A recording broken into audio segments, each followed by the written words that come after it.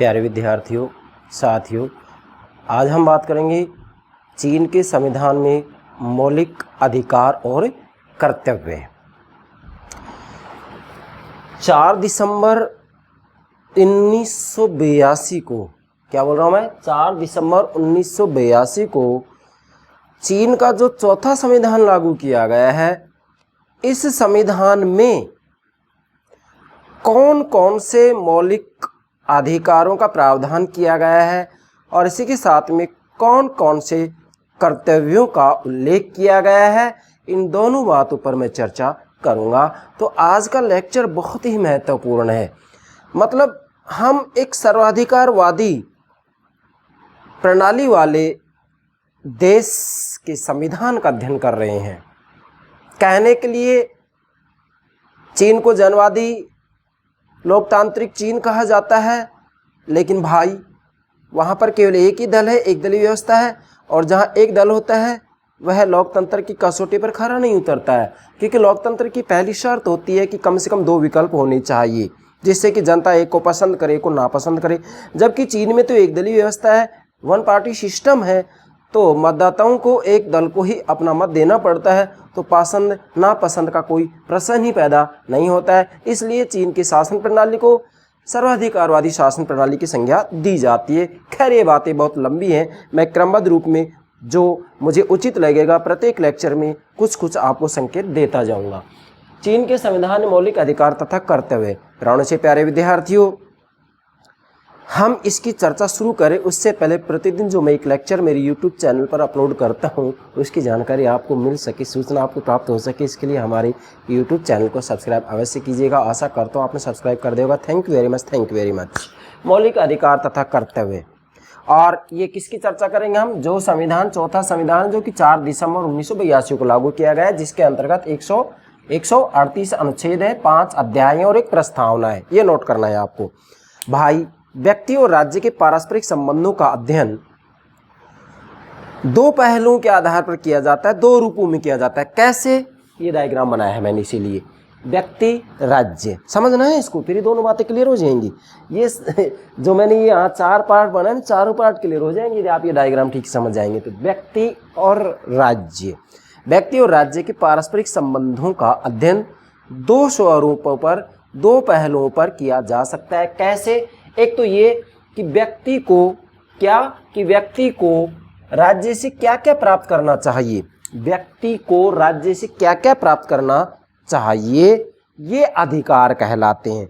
मतलब राज्य के द्वारा व्यक्तियों को उनके व्यक्तित्व के विकास के लिए जो सुविधाएं दी जाती हैं, वो सुविधाएं अधिकार कहलाते हैं। फिर से बोल रहा हूं मैं, भाई, व्यक्ति के व्यक्तित्व का विकास हो सके, व्यक्तित्व के विकास के लिए राज्य के द्वारा व्यक्तियों को जो सुविधाएं दी जाती हैं, वो सुविधाएं ही अधिकार कहलाते हैं। अब जो ये यहाँ मैंने लिखा है, इधर यहाँ से संविधान मौलिक अधिकार, तो ये राज्य के द्वारा व्यक्तियों को दी गई सुविधाएं हैं। 11 बिंदु तक राज्य के द्वारा व्यक्तियों को दी गई सुविधाएं हैं, जिससे कि व्यक्ति के व्यक्तित्व का विकास हो सके, जिससे कि व्यक्ति के व्यक्तित्व का विकास हो के, क्या बोल रहा हूं मैं, जिससे कि व्यक्ति के व्यक्तित्व का विकास हो सके। ये सुविधाएं राज्य के द्वारा व्यक्ति को प्रदान की जाती हैं। जो सुविधाएं प्रदान की जा रही हैं वो ये अधिकार कहलाते हैं। तो पहले नोट करेंगे, व्यक्ति को राज्य से क्या क्या प्राप्त करना चाहिए, ये तो अधिकार है। दूसरा क्या है कि व्यक्ति को राज्य के लिए क्या क्या करना चाहिए, राज्य के प्रति क्या करना चाहिए, राज्य के प्रति जो करना चाहिए वो कर्तव्य कहलाता है। अब चूंकि राज्य व्यक्ति के व्यक्तित्व के विकास के लिए सुविधाएं दे रहा है, ये 11 सुविधाएं हैं, मैंने नोट कर दी हैं, ये अधिकार है, सुविधाएं दे रहा है, तो बदले में व्यक्ति को ही राज्य के लिए क्या करना चाहिए, व्यक्ति को राज्य के लिए क्या करना चाहिए, व्यक्ति को राज्य के लिए क्या क्या करना चाहिए, ये कर्तव्य कहलाते हैं, ये कर्तव्य कहलाते हैं। और इधर मैंने ये कर्तव्य भी नोट कर दिए। मौलिक अधिकारों का मूल्यांकन हो गया, ये मौलिक कर्तव्य हो गई, ये कर्तव्य हो गई। मतलब व्यक्ति को राज्य के लिए क्या क्या करना चाहिए, ये कर्तव्य है। और व्यक्ति को राज्य से क्या क्या प्राप्त करना चाहिए, ये अधिकार है। तो कहने का मेरा भावार्थ ये है कि व्यक्ति और राज्य के पारस्परिक संबंधों का अध्ययन आप इन दो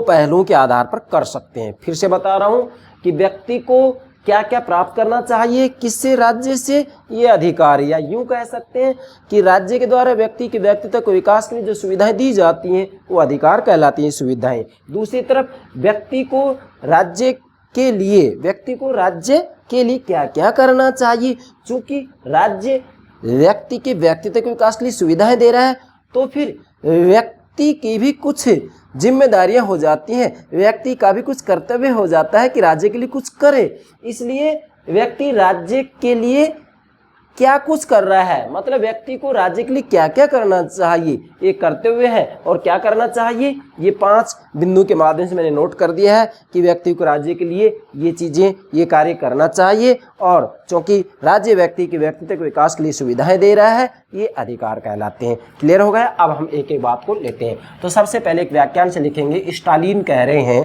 नोट करना है इसको प्यारे विद्यार्थियों। जैसा कुछ विद्यार्थी कहते हैं कि सर आप बीच में खड़े होकर के और हमें समझाते हैं तो हमें नोट करने में दिक्कत आती है। कोई बात नहीं, मैं 1 सेकंड के लिए, 2 सेकंड के लिए एक तरफ हो जाया करूँगा, आप स्क्रीनशॉट ले सकते हैं। तो जो भी विद्यार्थी इसका स्क्रीनशॉट लेना चाहता है वो स्क्रीनशॉट ले लीजिएगा। मैं एक तरफ हो गया, आपकी यह है जो सुझाव है स्वीकार योग्य है, तो आप स्क्रीनशॉट ले लीजिएगा। बाकी ऐसी कोई बात नहीं है, मैं इधर उधर थोड़ा घूमता रहूँगा, आप एक एक बिंदु को नोट कीजिएगा, ठीक है। तो स्टालिन क्या कह रहे हैं कि एक बेकार व्यक्ति के लिए जो भूखा है और श्रम करने पर रोटी नहीं कमा सकता, व्यक्तिगत स्वतंत्रता क्या हो सकती है।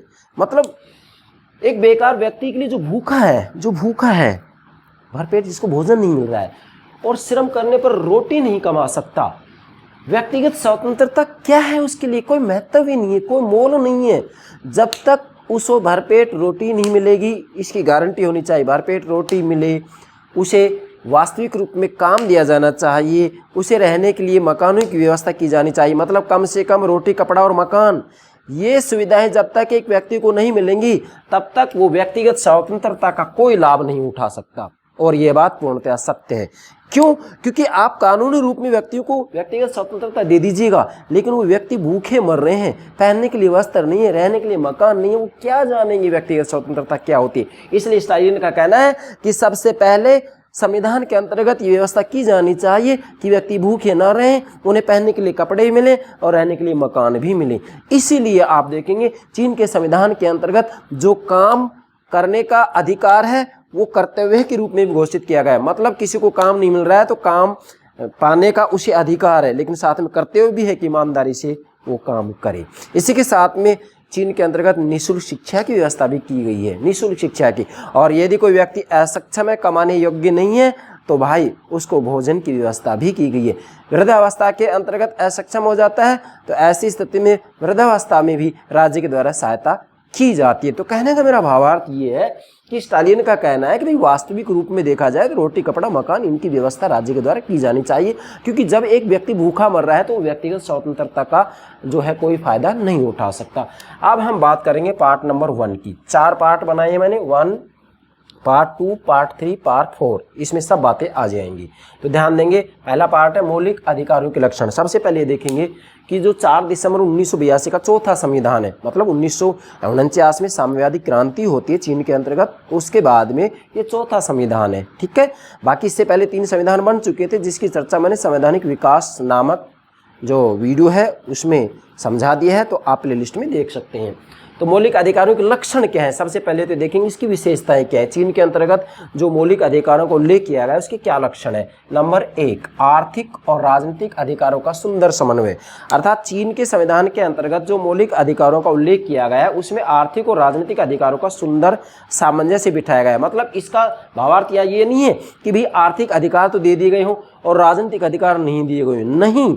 चीन के अंतर्गत वास्तविक रूप में राजनीतिक और आर्थिक अधिकारों का सुंदर समन्वय किया गया है। जैसा कि आप यहाँ पर देखेंगे राजनीतिक अधिकारों का भी उल्लेख किया गया है और आर्थिक अधिकारों का भी उल्लेख किया गया है। जैसे मत देने का जो अधिकार है वो राजनीतिक अधिकार में आ जाता है और आर्थिक अधिकार जैसे काम पाने का अधिकार है वो आर्थिक अधिकार में आएगा। तो चीन के संविधान के अंतर्गत इन दोनों में बहुत ही सुंदर समन्वय सामंजस्य तालमेल किया गया है। बहुत महत्वपूर्ण बात है ये। दूसरा लक्षण है सर्वव्यापक अधिकार। ध्यान देंगे, सर्वव्यापक अधिकार वास्तविक रूप में चीन के अंतर्गत जो ये अधिकार दिए गए संविधान के अंतर्गत वो सभी के लिए हैं। किसी भी रूप में किसी भी आधार पर यहाँ लिंग, जाति, भाषा, धर्म, संपत्ति, शिक्षा इत्यादि के आधार पर कोई भेदभाव नहीं किया गया। सभी के लिए हैं ये अधिकार, किसी भी रूप में कोई भेदभाव नहीं किया गया है। तीसरा है अधिकारों के साथ कर्तव्यों का उल्लेख। तीसरी विशेषता अधिकारों के साथ कर्तव्यों को लेकर ध्यान दीजिएगा। यहाँ चीन के संविधान के अंतर्गत जिन मौलिक अधिकारों को उल्लेख किया गया है उसी के साथ, वहीं के साथ मतलब अधिकारों के साथ ही साथ जो है कर्तव्यों का भी उल्लेख किया गया है। जबकि आप भारत के अंतर्गत देखेंगे तो भाई अधिकारों का उल्लेख अलग किया गया है, कर्तव्यों को उल्लेख अलग किया गया है।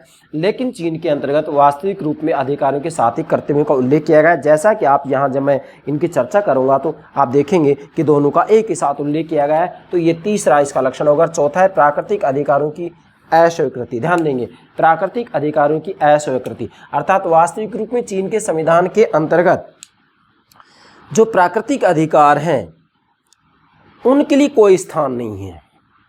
प्राकृतिक अधिकारों के ऊपर हॉब्स लॉक और जॉन लॉक ने विशेषकर बहुत ही ज़्यादा लिखा है। जैसा कि जॉन लॉक ने कहा है कि व्यक्ति को जन्म के साथ ही 3 प्राकृतिक अधिकार मिल जाते हैं, जीवन का अधिकार, स्वतंत्रता का अधिकार, संपत्ति का अधिकार। लेकिन यहाँ वास्तविक रूप में प्राकृतिक अधिकारों के लिए कोई जगह नहीं है। यहाँ संविधान के अंतर्गत ही नोट कर दिया गया है कि व्यक्तियों को ये अधिकार प्राप्त होंगे, बाकी इससे बाहर कोई अधिकार प्राप्त नहीं होंगे। इसलिए प्राकृतिक अधिकारों के लिए यहाँ पर कोई स्थान नहीं है। प्राकृतिक अधिकार किसे कहा जाता है, इसके क्या लक्षण है, क्या कुछ है, ये सब बातें मैंने नोट कर दी हैं। प्लेलिस्ट में देख सकते हैं पॉलिटिकल थ्योरी में, मतलब अधिकारों से संबंधित जितने भी सिद्धांत हैं मैंने सारे के सारे अपलोड कर दिए हैं मेरे प्राणों से प्यारे विद्यार्थियों के लिए। आप प्लेलिस्ट में देखेंगे पॉलिटिकल थ्योरी में सब कुछ अपलोड कर दिया है मैंने।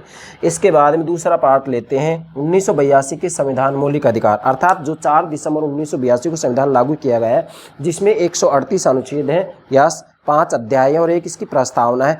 तो इसके अंतर्गत वास्तविक रूप में कौन कौन से मौलिक अधिकारों का प्रावधान किया गया है, मैंने यहाँ आपके लिए 11 बिंदु बनाए हैं। चलिए नोट करते चलेंगे। नंबर 1, विधि के समक्ष समता। ध्यान दीजिएगा, यहाँ वास्तविक रूप में कानून की दृष्टि में सभी समान होंगे। किसी भी रूप में स्त्री और पुरुष में या किसी जाति, भाषा, धर्म इत्यादि के आधार पर कोई भेदभाव नहीं किया जाएगा। कानून की दृष्टि में सभी समान होंगे और इसकी चर्चा अनुच्छेद 33 में की गई है। नोट कीजिएगा, टोटल अनुच्छेद 138 है।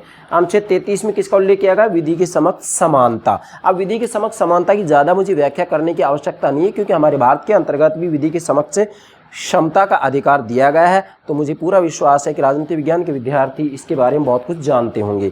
दूसरा है चुनाव लड़ने और मत देने का अधिकार। अनुच्छेद 34 में इसका उल्लेख किया गया है, अर्थात चीन के संविधान के अंतर्गत वास्तविक रूप में चुनाव लड़ने और मत देने का अधिकार दिया गया है। अर्थात जिस व्यक्ति की आयु 18 वर्ष हो गई है उन सभी व्यक्तियों को जो है चुनाव लड़ने और मत देने का अधिकार दिया गया है। किसी भी रूप में कोई भेदभाव नहीं किया गया। अनुच्छेद 34 में है ये। दूसरा अधिकार है भाषण, पत्राचार, प्रेस आदि की स्वतंत्रता। अनुच्छेद 35 में इसका उल्लेख किया गया है। अनुच्छेद 35 में इसका उल्लेख किया गया है। किसका? भाषण, पत्राचार, प्रेस आदि की स्वतंत्रता। ठीक है, इसकी व्याख्या करने की मुझे कोई आवश्यकता नहीं है। चौथा है धार्मिक विश्वासों की स्वतंत्रता। अनुच्छेद 36 में इसका उल्लेख किया गया है। धार्मिक विश्वासों की स्वतंत्रता, चीन के अंतर्गत कोई भी नागरिक किसी भी धर्म को माने पूर्ण रूप में स्वतंत्र है। किसी भी नागरिक के ऊपर किसी धर्म को मानने के लिए जो है कोई बाध्यता नहीं है। वास्तविक रूप में हम ये कहेंगे राज्य के द्वारा किसी भी रूप में किसी नागरिक को किसी धर्म को मानने के लिए बाध्य नहीं किया जाता है। धार्मिक विश्वासों की स्वतंत्रता है अनुच्छेद 36 में। पांचवा है आलोचना का अधिकार। अनुच्छेद 41 में इसका उल्लेख किया गया है। इसका मतलब ये है कि चीन के अंतर्गत नागरिकों को सरकार की आलोचना करने का अधिकार है। यदि सरकार के द्वारा जनहित में कार्य नहीं किया जाता है तो ऐसी स्थिति में जनसाधारण, जनता, नागरिक वास्तविक रूप में सरकार के द्वारा जो नीतियां बनाई जा रही, जो कानून बनाए जा रहे हैं उनकी आलोचना कर सकते हैं। लेकिन ध्यान देंगे यहाँ लास्ट में जाकर के मैं आपको अंत में ये कहूँगा निचोड़ रूप में कि ये जो सारे अधिकार हैं ये केवल दिखावा मात्र है, केवल कागजी अधिकार हैं। केवल संविधान में कागजों के अंतर्गत दिए गए, व्यवहार के अंतर्गत वास्तविक रूप में वहाँ की जनता को भी अधिकार प्राप्त नहीं है। क्यों? क्योंकि वहाँ पर एक दलीय व्यवस्था है, वन पार्टी सिस्टम है, और वहाँ साम्यवादी दल ही सर्वे सर्वा है। साम्यवादी दल जैसा चाहता है वैसा होता है। मैंने आपको पिछले लेक्चर में कहा था कि वास्तविक रूप में चीन के अंतर्गत व्यवस्थापिका, कार्यपालिका और न्यायपालिका, सरकार के तीनों ही अंग साम्यवादी दल की अधीनता में कार्य करते हैं। साम्यवादी दल सर्वोच्च है, इसलिए ये अधिकार जो मैं आपको समझा रही हूँ केवल सैद्धांतिक दिखावा मात्र है। व्यवहार के अंतर्गत वहाँ के नागरिकों को ये अधिकार प्राप्त नहीं है। मैं पहले ही बोल देता हूँ ये बात। चलिए आगे बढ़ते। जैसा कि तीरमान चौक के ऊपर एक बार जो है लोगों ने साम्यवादी दल की नीतियों का विरोध किया था, विचारधारा का विरोध किया, तो कितने लोगों को गोली से भून दिया गया था। तो डेफिनेटली कहा जा सकता है कि ये जो अधिकार हैं वो केवल दिखावा मात्र है, केवल कागजी अधिकार हैं। व्यवहार के अंतर्गत इन अधिकारों को क्रियान्वित नहीं किया जाता है। साम्यवादी दल जैसा चाहता है वैसा ही होता है। मैं संकेत दे रहा हूँ ये। तो आलोचना का अधिकार का उल्लेख अनुच्छेद 41 में किया गया है। इसके बाद में छठा है काम करने या रोजगार पाने का अधिकार। अनुच्छेद 42 में इसका उल्लेख, अनुच्छेद 42 काम करने या रोजगार पाने का अधिकार। अगर किसी व्यक्ति के पास में काम नहीं है, कोई रोजगार नहीं है, तो काम करने या रोजगार पाने का भी अधिकार वहाँ पर नागरिकों को दिया गया है। इसका कुछ कुछ जो पहलू है हमारे भारत के अंतर्गत भी जो है स्वीकार किया गया है। तो ध्यान देंगे, काम करने या रोजगार पाने का अधिकार अनुच्छेद 42 में इसका उल्लेख है।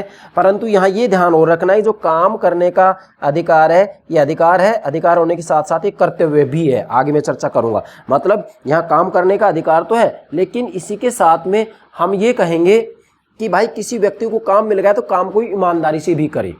ठीक है। सातवां है अवकाश और विश्राम करने का अधिकार। अनुच्छेद 43 में इसका उल्लेख है। अवकाश और विश्राम करने का अधिकार अनुच्छेद 43 में इसका उल्लेख किया गया है कि भाई वास्तविक रूप में कानून के माध्यम से, मतलब सरकार जो श्रमिक होते हैं, जो कर्मचारी होते हैं, उनके लिए अवकाश की व्यवस्था करे, विश्राम की व्यवस्था करे। अनुच्छेद 43 में इसका उल्लेख किया गया है। उसके बाद में 8वां अधिकार है वृद्धावस्था में शारीरिक अयोग्यता में भरण पोषण। अनुच्छेद 45 में इसका उल्लेख है। क्या? वृद्धावस्था, जो व्यक्ति वृद्ध हो जाता है, वृद्धावस्था में शारीरिक अयोग्यता, जैसे मान लीजिएगा कोई व्यक्ति अस्वस्थ है, अपाहिज है, तो ऐसी स्थिति में उसका भरण पोषण जो है सरकार के द्वारा किया जाएगा, राज्य के द्वारा किया जाएगा। ये अधिकार है उसे कि भाई हमारा भरण पोषण जो है सरकार करे। अनुच्छेद 45 में इसका उल्लेख किया गया है। उसके बाद में 9वां अधिकार है वैज्ञानिक, तकनीकी और कलात्मक कार्य की स्वतंत्रता। अनुच्छेद 47 में इसका उल्लेख है। अनुच्छेद 47 किसका?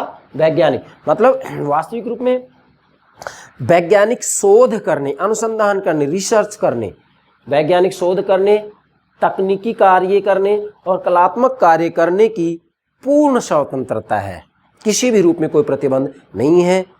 ये अधिकार भी वहाँ पर जो है नागरिकों को प्रदान किया गया है, जिसका उल्लेख अनुच्छेद 47 में। मैं फिर कह रहा हूँ कि ये अधिकार केवल कागजी अधिकार हैं, केवल दिखावा मात्र है। व्यवहार के अंतर्गत नागरिकों को वही अधिकार मिलते हैं जो साम्यवादी दल चाहता है। मतलब मुख्यतः मैं ये कहूँगा कि वहाँ वन पार्टी सिस्टम है, एक दलीय व्यवस्था है, तो साम्यवादी दल जो चाहेगा वो होगा।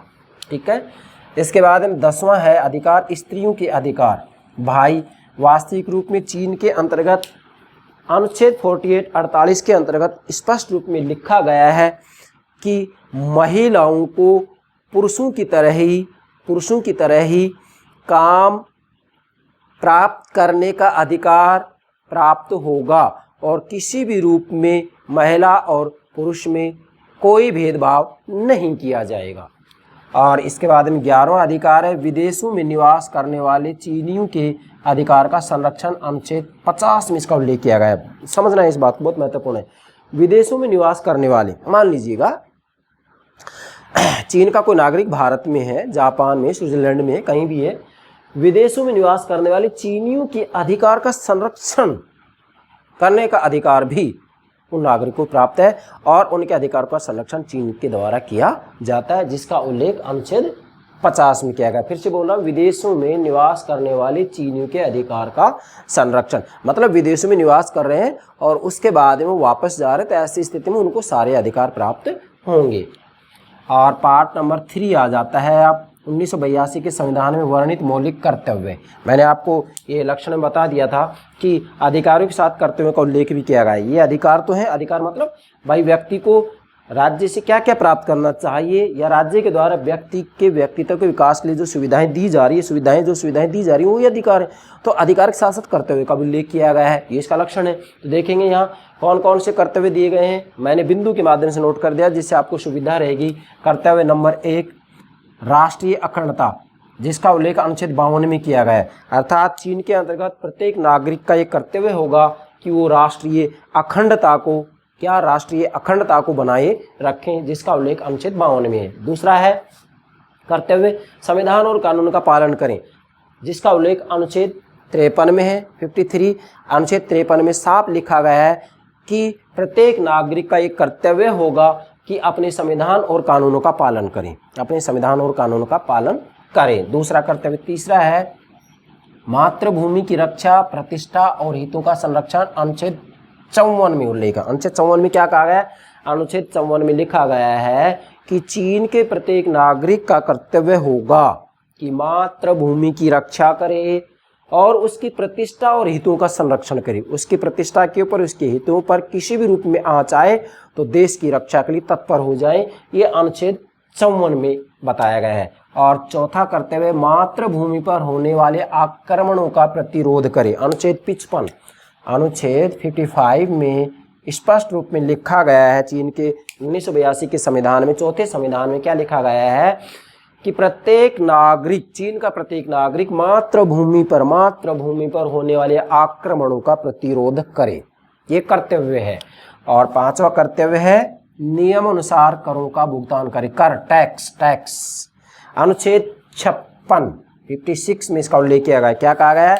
56 में कहा गया है कि चीन के प्रत्येक नागरिक का एक कर्तव्य होगा, मतलब जो टैक्स देता है, कर देता है, प्रत्येक नागरिक मतलब ये नहीं कि सब जो टैक्स देते हैं, नागरिक का कर्तव्य होगा कि नियम अनुसार करों का भुगतान करे, मतलब जो टैक्स हैं, जो कर हैं, उनकी चोरी ना करे बल्कि ईमानदारी से अपने करों का भुगतान करें, ये जो है नागरिक का कर्तव्य होगा। ठीक है, तो ये अनुच्छेद 56 में उल्लेख किया गया है। ये 5 कर्तव्य हो गए, 3 पार्ट हो गए। अब चौथा पार्ट लेते हैं। उससे पहले मैं एक बात और बता रहा हूँ, यहाँ चौथा पार्ट लें उससे पहले देखो, यहाँ मैंने कुछ बातें और लिखी हैं। अनुच्छेद 42, 46 और 49, ये भी नोट करेंगे आप एग्जाम में। मैं ये कहता हूँ कि विशेषकर कंपटीशन में ये बात पूछ ली जाती है, विद्यार्थी गलती करते हैं। क्या मैंने लिखा है? अनुच्छेद 42 शॉर्ट में लिखा है, लेकिन समझाऊंगा। अनुच्छेद 42 में क्या है? अनुच्छेद 42 के अंतर्गत वास्तविक रूप में काम का अधिकार, मतलब काम करने का अधिकार दिया गया है कि भाई किसी को काम नहीं मिल रहा है तो काम प्राप्त करने का अधिकार है। तो अनुच्छेद 42 में काम का अधिकार है और इसके साथ में ये कर्तव्य का भी उल्लेख 42 में किया गया है। मतलब अनुच्छेद 42 में काम करने का अधिकार और काम का जो कर्तव्य, मैं इसको दूसरे रूप में बोलूंगा, आप ऐसे नहीं समझेंगे। काम का अधिकार मतलब काम प्राप्त करने का अधिकार भी है और काम करने का कर्तव्य का भी इसका उल्लेख किया गया है। इसी के अंतर्गत अनुच्छेद 42 में काम प्राप्त करने का अधिकार है उसे, नागरिक को, और इसी के साथ में उसका कर्तव्य भी है कि काम को ईमानदारी से करे। तो अनुच्छेद 42 में काम को अधिकार और कर्तव्य के रूप में एक साथ स्वीकार किया गया है। अनुच्छेद 46 में शिक्षा को अधिकार और कर्तव्य के रूप में एक साथ स्वीकार किया गया है। कैसे? शिक्षा प्राप्त करने का अधिकार है, निःशुल्क शिक्षा की व्यवस्था की गई है वहां। इसी के साथ में कर्तव्य भी है, माता पिताओं को कर्तव्य कि अपने बच्चों को जो है शिक्षा दिलवाएं। तो अधिकार और कर्तव्य दोनों ही है शिक्षा। कौन से? अनुच्छेद 46 में शिक्षा को अधिकार और कर्तव्य दोनों का दर्जा दिया गया है 46 में। और अनुच्छेद 49 में 49 में परिवार नियोजन के कर्तव्य का उल्लेख किया गया है कि वास्तविक रूप में सभी नागरिकों का एक कर्तव्य है कि परिवार नियोजन का पालन करें। फैमिली प्लानिंग, ठीक है भाई, व्याख्या करने की आवश्यकता नहीं, आप समझ गए होंगे। और चौथा पार्ट मौलिक अधिकारों का मूल्यांकन करेंगे। अब यहाँ हम किसका? मौलिक अधिकारों का मूल्यांकन, अर्थात ये जो अधिकार दिए गए हैं, क्या व्यवहार में इन अधिकारों का पालन किया जाता है? क्या वहाँ सुप्रीम कोर्ट के द्वारा इन अधिकारों का उल्लंघन होने पर साधारण नागरिक उसकी शरण ले सकते हैं? या सुप्रीम कोर्ट के अधिकार दिया गया है वहाँ कि संवैधानिक उपचारों का अधिकार है उसके पास? जी नहीं, ये कुछ भी देखने को नहीं मिलेगा। मैंने आपको पहले संकेत कर दिया था कि जब मूल्यांकन की बात आती है तो मैं ये कहूँगा कि चीन के अंतर्गत जो ये अधिकार दिए गए हैं वो केवल कागजी अधिकार है, केवल दिखावा मात्र है। व्यवहार के अंतर्गत व्यक्तियों को ये अधिकार नहीं प्राप्त है। क्यों नहीं प्राप्त है? क्योंकि चीन के अंतर्गत जो सुप्रीम कोर्ट है, सर्वोच्च न्यायालय है, उसको किसी भी रूप में संवैधानिक अधिकार नहीं दिया गया है। मतलब अधिकारों की रक्षा के लिए, संवैधानिक उपचार के लिए किसी भी रूप में न्यायपालिका को कोई अधिकार नहीं दिया गया है। इसलिए केवल दिखावा मात्र, केवल कागजी अधिकार कह सकते हैं इनको बस। अब चलिए देखेंगे मौलिक अधिकारों का मूल्यांकन। तो इसमें सबसे पहले तो हमें ये देखना है कि चीन के अंतर्गत जो मौलिक अधिकारों की चर्चा की गई है वो पश्चिमी देशों में जो मौलिक अधिकार दिए गए हैं संविधानों के अंतर्गत जनता को, उनसे कुछ अलग है। पश्चिमी देशों के अंतर्गत जो मौलिक अधिकारों की चर्चा की गई है उसकी तुलना जब हम चीन के संविधान में जो मौलिक अधिकार दिए गए उससे करते हैं तो कुछ भिन्नता है, कुछ अलगपन है, इसको समझना जरूरी है। तो लिखें पश्चिमी देशों से अलग हैं ये जो ये अधिकार दिए गए। कैसे हैं? नंबर 1, नागरिक और राजनीतिक अधिकारों को सामाजिक तथा आर्थिक अधिकारों के बाद महत्व दिया गया है। नंबर 1 ये है, आप तुलना कर सकते हैं। दूसरा, अधिकारों का ध्येय साम्यवादी व्यवस्था को सुदृढ़ करना है। मतलब यहाँ जो अधिकारों का लक्ष्य है वो क्या है? साम्यवादी व्यवस्था को सुदृढ़ करना है। मतलब विशेष प्रयास ये है कि भी साम्यवादी व्यवस्था सुदृढ़ हो। समझ रहे हैं ना? और इसीलिए यहाँ एक ही दल है, एक दलीय व्यवस्था है, साम्यवादी दल सर्वे सर्वा है। और तीसरा जो है वो है अधिकारों के साथ कर्तव्य भी जुड़े हुए हैं। तीसरा क्या है? अधिकारों के साथ कर्तव्य भी जुड़े हैं, जबकि पश्चिमी देशों के अंतर्गत आप देखेंगे तो उनका अलग अलग रूप में उल्लेख किया गया है। और चौथा है अधिकारों के संरक्षण के लिए स्वतंत्र एवं निष्पक्ष सर्वोच्च न्यायालय द्वारा संरक्षण के प्रावधान का अभाव है। अर्थात वास्तविक रूप में चीन के अंतर्गत ठीक है मौलिक अधिकारों की व्यवस्था तो कर दी गई संविधान में, लेकिन यदि इन मौलिक अधिकारों का जो है उल्लंघन होता है कार्यपालिका और व्यवस्थापिका के द्वारा, तो ऐसी स्थिति के अंतर्गत सर्वोच्च न्यायालय द्वारा संरक्षण के प्रावधान का अभाव है। मतलब सर्वोच्च न्यायालय उनकी रक्षा नहीं कर सकता। कार्यपालिका और व्यवस्थापिका यदि मौलिक अधिकारों का उल्लंघन करते हैं, इनको छीनते हैं, तो ऐसी स्थिति के अंतर्गत सर्वोच्च न्यायालय उनकी रक्षा नहीं कर सकता है। जबकि पश्चिमी देशों के अंतर्गत सर्वोच्च न्यायालय को यह अधिकार दिया गया है, या हम ये कहेंगे कि जनसाधारण को ये अधिकार है कि यदि उनके अधिकारों का उल्लंघन किया जाता है तो ऐसी स्थिति में न्यायालय का दरवाजा खटखटा सकते हैं, न्यायपालिका की शरण दे सकते हैं और न्यायपालिका को अधिकार प्राप्त होता है। कौन सा? संवैधानिक उपचारों का अधिकार।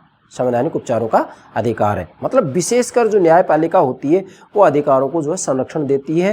किसी भी रूप में कार्यपालिका और व्यवस्थापिका के द्वारा अधिकारों का जो है उल्लंघन किया जाता है, उनको छीना जाता है, तो ऐसी स्थिति में जनसाधारण नागरिक न्यायालय की शरण ले सकते हैं। लेकिन चीन के अंतर्गत ऐसी व्यवस्था नहीं है, इसलिए पश्चिमी देशों से ये अलग प्रावधान है, ये आपको ध्यान रखना है। और इसके बाद में हम अंत में लेते हैं जो मूल बात आ गई, मौलिक अधिकारों का मूल्यांकन। मूल्यांकन के अंतर्गत मैंने आपके लिए यहाँ 3 पॉइंट्स तैयार किए हैं जिससे कि मेरे प्यारे से प्यारे विद्यार्थी इसको ठीक से समझ सकते हैं। नोट कर लेंगे आप। मूल्यांकन में यही बात आएगी जो मैंने यहाँ संकेत दिया था कि दिखावा मात्र है। नंबर 1 पहली बात है, मूलभूत अधिकारों का चार्टर मात्र दिखावा है। अर्थात जो ये मूल अधिकारों की व्यवस्था की गई चीन के संविधान में, ये केवल दिखावा मात्र है बस। कैसे?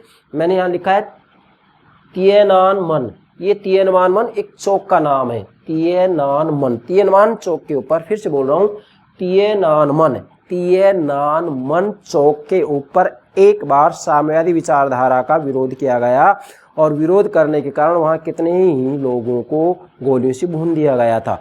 तो डेफिनेटली कहा जा सकता है कि ये जो अधिकार हैं ये अधिकार केवल दिखावा है। मतलब ये जो चार्टर है वो चार्टर मात्र दिखावा है। मूलभूत अधिकारों का चार्टर मात्र दिखावा है, बस दिखावा है।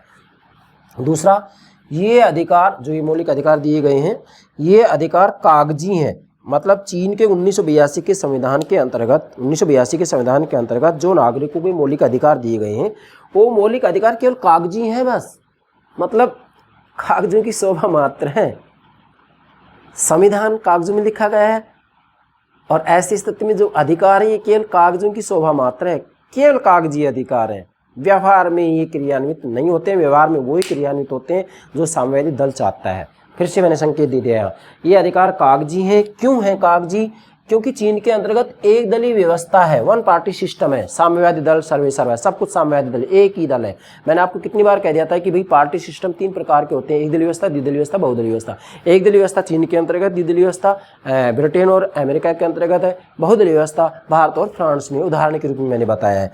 तो चीन के अंतर्गत एक दलीय व्यवस्था है और सर्वहारा वर्ग की तानाशाही के कारण इसका कोई मूल्य नहीं है। मतलब वहाँ वास्तविक रूप में सर्वहारा वर्ग की तानाशाही है, मजदूर श्रमिक, ठीक है। और एक दलीय व्यवस्था, वन पार्टी सिस्टम है। इस साम्यवादी दल की विचारधारा का किसी के द्वारा भी विरोध नहीं किया जा सकता। जो साम्यवादी दल चाहेगा वैसा ही होगा। इसलिए चीन के अंतर्गत एक दलीय व्यवस्था और सर्वहारा वर्ग की तानाशाही होने के कारण अधिकारों का कोई मूल्य नहीं है। जो ये मौलिक अधिकार संविधान में दिए गए हैं, जिन मौलिक अधिकारों को उल्लेख संविधान के अंतर्गत किया गया है, व्यवहार के धरातल पर इनका कोई मोल नहीं है, कोई मूल्य नहीं है, कोई महत्व नहीं है, ठीक है। फिर तीसरा पॉइंट बनाया मैंने, साम्यवादी दल की कृपा पर इनका क्रियान्वयन। अब ध्यान देंगे यहाँ भाई, वास्तविक रूप में चीन के अंतर्गत जो ये 1982 के संविधान मौलिक अधिकार दिए गए हैं वो साम्यवादी दल की कृपा पर छोड़ दिए गए हैं। वास्तविक रूप में क्यों छोड़ दिए गए हैं? क्योंकि वहाँ इनका जो संवैधानिक उपचार है उसकी व्यवस्था नहीं की गई है। अगर मौलिक अधिकारों का उल्लंघन किया जाता है कार्यपालिका और व्यवस्थापिका के द्वारा, मान लीजिएगा व्यवस्थापिका मौलिक अधिकारों के विपरीत कोई कानून बनाती है तो उसको रोकेगा कौन? वहाँ पर किसी भी रूप में न्यायपालिका के पास कोई अधिकार है ही नहीं। मतलब संवैधानिक उपचारिक कोई व्यवस्था नहीं की गई है कि अगर इन अधिकारों का उल्लंघन किया जाए, कार्यपालिका व्यवस्थापिका के द्वारा छीना जाए, तो ऐसी स्थिति में नागरिक न्यायालय की शरण ले ही नहीं सकते। तो नहीं ले सकते तो फिर किसकी कृपा पर छोड़ दिए इनको? साम्यवादी दल की कृपा के ऊपर। फिर से बोल रहा हूँ, साम्यवादी दल की कृपा के ऊपर। फिर से बोल रहा हूँ, साम्यवादी दल की कृपा पर इनका क्रियान्वयन, किनका क्रियान्वयन? मौलिक अधिकारों का क्रियान्वयन छोड़ दिया गया है। क्यों छोड़ दिया गया है? क्योंकि वहाँ संवैधानिक उपचार, मैंने शॉर्ट में लिखा, संवैधानिक उपचारों की कोई व्यवस्था नहीं की गई है। बहुत महत्वपूर्ण बात है। जबकि भारत में संवैधानिक उपचार की व्यवस्था की गई है ना, आर्टिकल 32 में 32 में, अनुच्छेद 32 के अंतर्गत कि आपके किसी भी अधिकार का उल्लंघन किया जाता है, छीना जाता है, तो ऐसी स्थिति में आप न्यायालय का दरवाजा खटखटा सकते हैं। संवैधानिक उपचार की व्यवस्था है अनुच्छेद 32 के अंतर्गत भारत में, लेकिन चीन के अंतर्गत ऐसा कुछ भी नहीं है। इसलिए फिर से बोल रहा हूँ मैं, साम्यवादी दल की कृपा पर इनका किनका मौलिक अधिकारों का क्रियान्वयन छोड़ दिया गया है। मतलब साम्यवादी दल की कृपा पर मौलिक अधिकार का क्रियान्वयन छोड़ दिया गया है। क्यों? क्योंकि वहाँ किसी भी रूप में, अर्थात चीन के अंतर्गत किसी भी रूप में संवैधानिक उपचारों की कोई व्यवस्था नहीं की गई है। सब कुछ किसकी इच्छा पर है? साम्यवादी दल की इच्छा पर। इसलिए मैंने आपको यहाँ एक डायग्राम बनाकर फिर से बता रहा हूँ। चीन की जो वास्तविक पोजीशन है 1 2 3, सरकार कितने होते हैं? देखो, राज्य की इच्छा की अभिव्यक्ति किस में होती है? राज्य की इच्छा की अभिव्यक्ति किस में होती है? सरकार में, ठीक है। मैं थोड़ा बता रहा हूँ यहाँ, फिर ये सारी बातें क्लियर होंगी। राज्य की इच्छा की अभिव्यक्ति सरकार में होती है। सरकार के कितने होते हैं? 3 होते हैं। व्यवस्थापिका, मैं शॉर्ट में लिख रहा हूँ, आप पूरा लिख लेंगे, कार्यपालिका और न्यायपालिका। लेकिन चीन के अंतर्गत जो स्थिति है, वास्तविक स्थिति ये है, साम्यवादी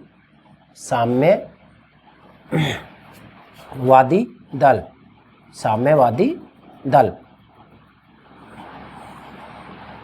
ये है सर्वे सर्वा। व्यवस्थापिका, कार्यपालिका और न्यायपालिका साम्यवादी दल की अधीनता में कार्य करते हैं। सच्चाई है ये। तो फिर मौलिक अधिकार केवल कागजी अधिकार है, दिखावा मात्र है। व्यवहार में व्यवस्थापिका, कार्यपालिका, न्यायपालिका, मतलब व्यवस्थापिका वही कानून बनाएगी जो साम्यवादी दल कहेगा, कार्यपालिका उसी रूप में क्रियान्वित करेगी जैसे साम्यवादी दल कहेगा, और न्यायपालिका उसी रूप में फैसला सुनाएगी जिस रूप में साम्यवादी दल कहेगा। तो सर्वे सर्वा कौन होगा? साम्यवादी दल। इसलिए मैंने लिखा साम्यवादी दल की कृपा पर मौलिक अधिकार का क्रियान्वयन छोड़ दिया गया है। क्यों? क्योंकि न्यायपालिका को संवैधानिक उपचारों का अधिकार नहीं दिया गया है। संवैधानिक उपचारों का अधिकार नहीं दिया गया है, जैसे कि भारत के अंतर्गत अनुच्छेद 32 के अंतर्गत संवैधानिक उपचारों की व्यवस्था की गई है, जबकि चीन के अंतर्गत ऐसी कोई व्यवस्था नहीं की गई है। ये हो गया चीन के संविधान में मौलिक अधिकार तथा कर्तव्य। मुझे पूरा विश्वास है कि आप चीन के अंतर्गत जो मौलिक अधिकार और कर्तव्यों की व्यवस्था की गई है इसको ठीक से समझ गए होंगे। Yes, okay, thank you very much.